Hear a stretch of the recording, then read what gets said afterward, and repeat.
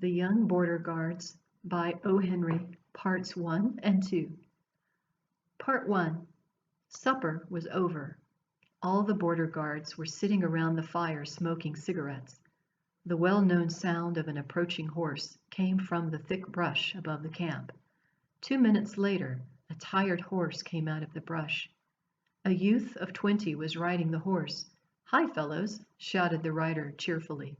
"Here's a letter for Lieutenant Manning." While Lieutenant Manning, who was in command of that unit, was reading the letter, the newcomer came up to the border guards. "Boys," said the lieutenant to the border guards, "this is Mr. James Hayes. He is a new member of the company. Captain McDean sent him down El Paso." All the border guards looked at him with judgment, because they understood that their lives often depended on their comrades. After a good supper, Hayes joined the smokers near the fire. He was a simple fellow with a sunburnt face and a good-natured smile. "Fellows," said he, "I'm going to introduce to you a girlfriend of mine. Nobody has called her a beauty, but you'll see she has some fine points. Come along, Muriel." He held open the front of his blue shirt. Out of it crawled a frog. A red ribbon was tied around its neck. It crawled to Hayes's knee and sat there. "This Muriel," said Hayes, "is a girlfriend of mine.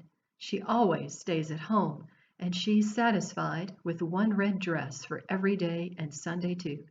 "Look at that frog," said one of the border guards with a smile.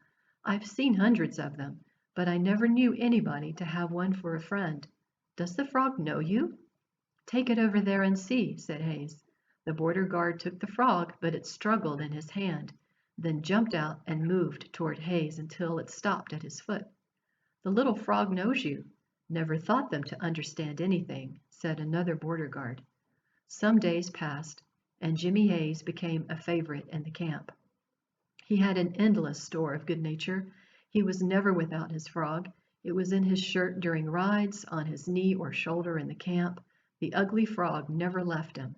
The border guards loved Jim for his simplicity and humor, but they didn't know how he would fight with the enemy. Part 2. For 2 months the border was quiet, and then, bringing joy to the border guards, there came news that Sebastiano, a famous gang leader, had crossed the Rio Grande together with his gang. For many days the border guards tried to catch Sebastiano and his gang. One evening, after a long ride, they stopped for supper. Their horses were not far, with saddles on. The men were frying bacon and preparing coffee. Suddenly, out of the brush, Sebastiano and his gang attacked them, firing from pistols. It was a great surprise. The border guards began firing from their rifles. The gangsters stopped and rode away, shouting.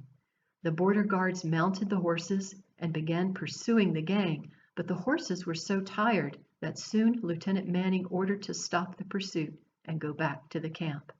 Then it was discovered that Jimmy Hayes was missing. Some had seen him running for his horse when the attack began. Morning came, but Jimmy was still missing.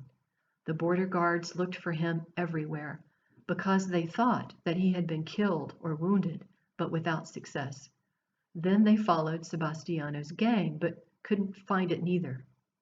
And now the border guards believed that Jimmy Hayes had turned coward. He had run away from his first fight and would not come back. Never before in the history of the service had such a thing happened. It was the first time there was a coward among the border guards. In a year, Lieutenant Manning, with almost the same company of men, was sent to the point where Sebastiano's attack had taken place.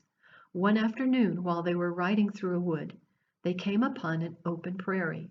There they saw the scene of an unwritten tragedy. In the grass there lay the skeletons of 3 men. The largest of the skeletons had been Sebastiano's. His great, expensive sombrero, heavy with gold ornamentation, a hat famous along the Rio Grande, lay there pierced by 3 bullets. The rifles of the men were all pointed in the same direction. The border guards rode in that direction for 50 yards. There, with his rifle still pointed upon the 3, lay another skeleton. Who that man was nobody knew, because his dress was like that of any cowboy. Some cowboy, said Manning, that they caught out alone. Good boy. So that's why we didn't hear from Sebastiano anymore. And then, from underneath the rags of the dead men, a frog crawled and sat upon the shoulder of the skeleton. The border guards looked at the frog, and round its neck they saw a faded silk ribbon. Muriel remained true to her dead master, Jimmy Hayes.